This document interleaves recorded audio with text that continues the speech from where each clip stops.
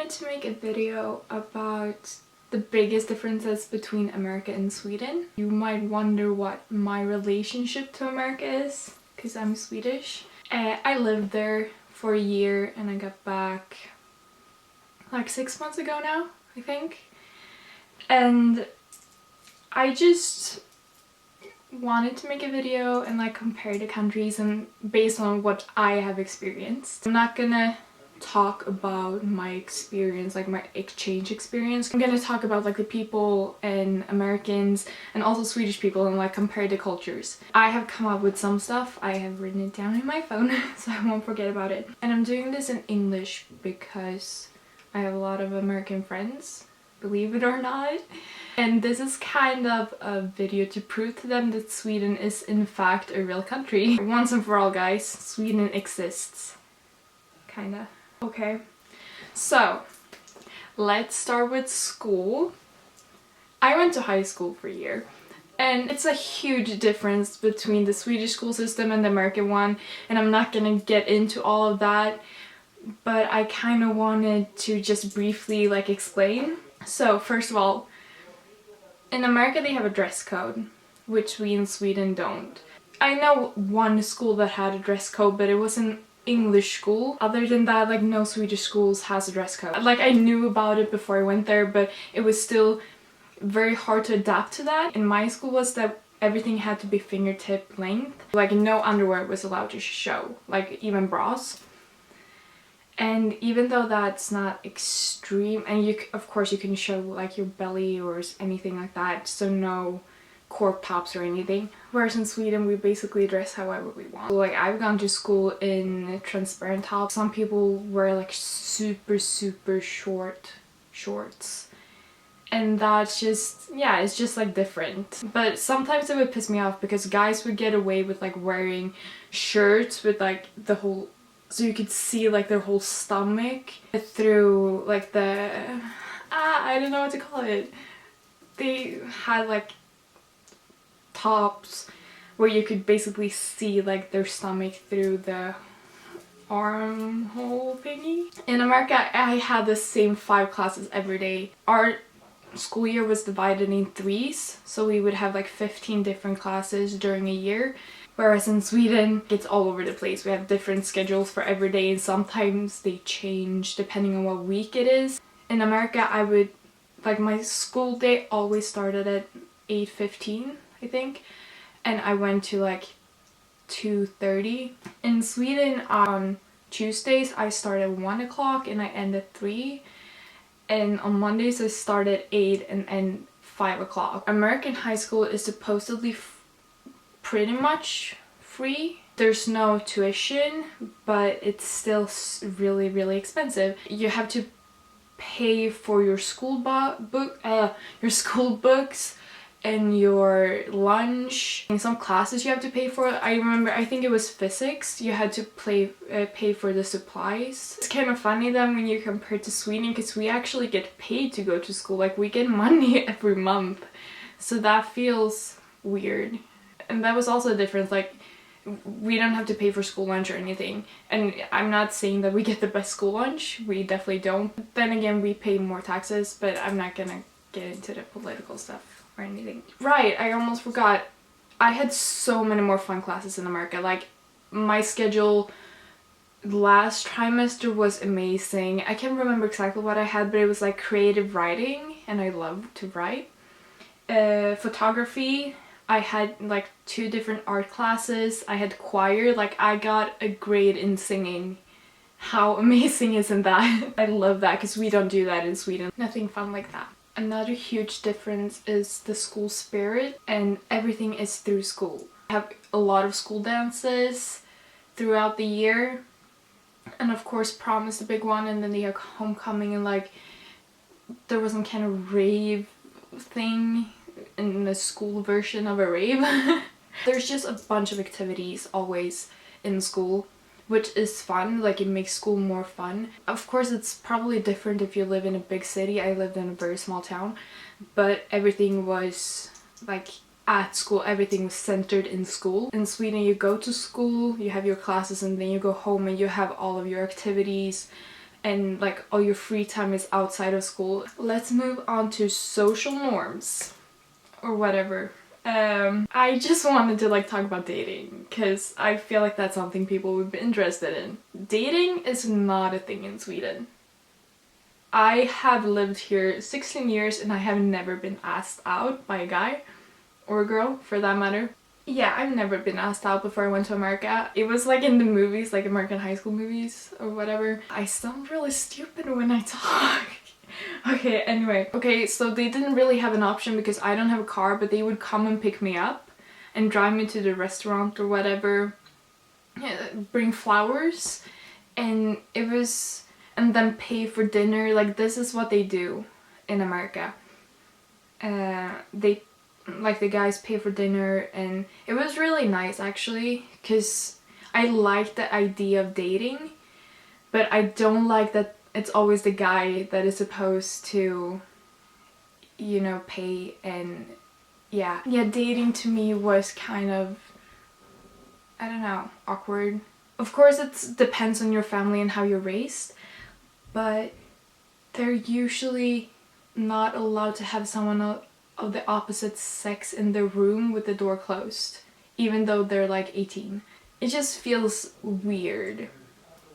Because that's not, like, I had never thought about that being a thing until I came there. I have a lot of really close guy friends, and to not like be allowed to have them in my room with the door closed, that just seemed very weird.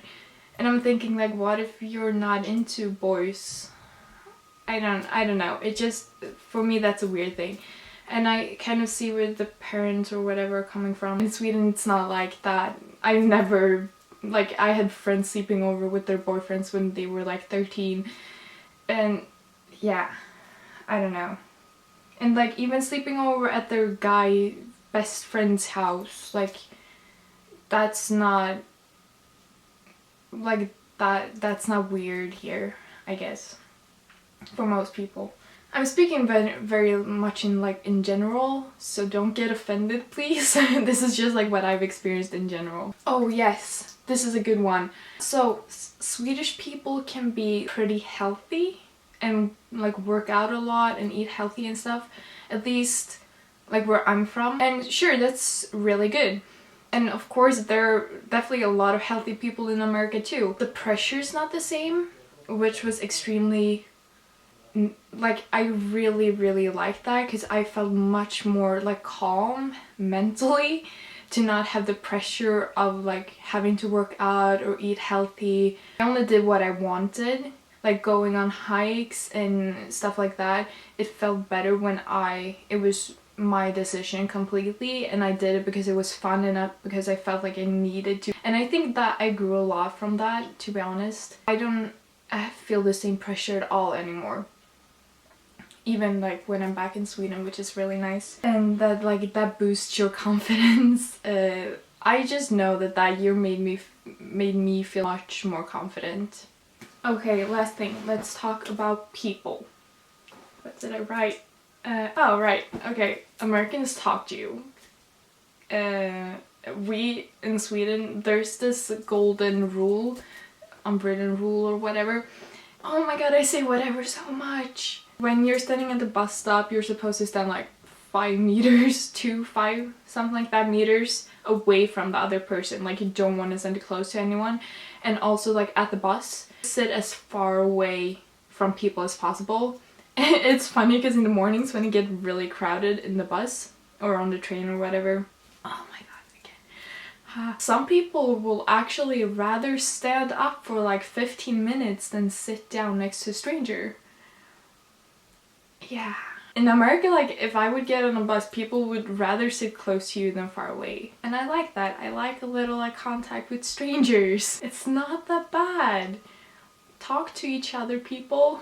So, for example, the first day of school, I walked in, we had PE, and I sat down next to this girl. And I can't remember what I said. I think I complimented her band t-shirt or something like that, and she was like, oh, you like the Pixies? I think it was the Pixies. And I was like, yeah, I love the Pixies. And then we started bonding over like music, and she told me about a poetry reading she was going to. And she was like, hey, wanna come?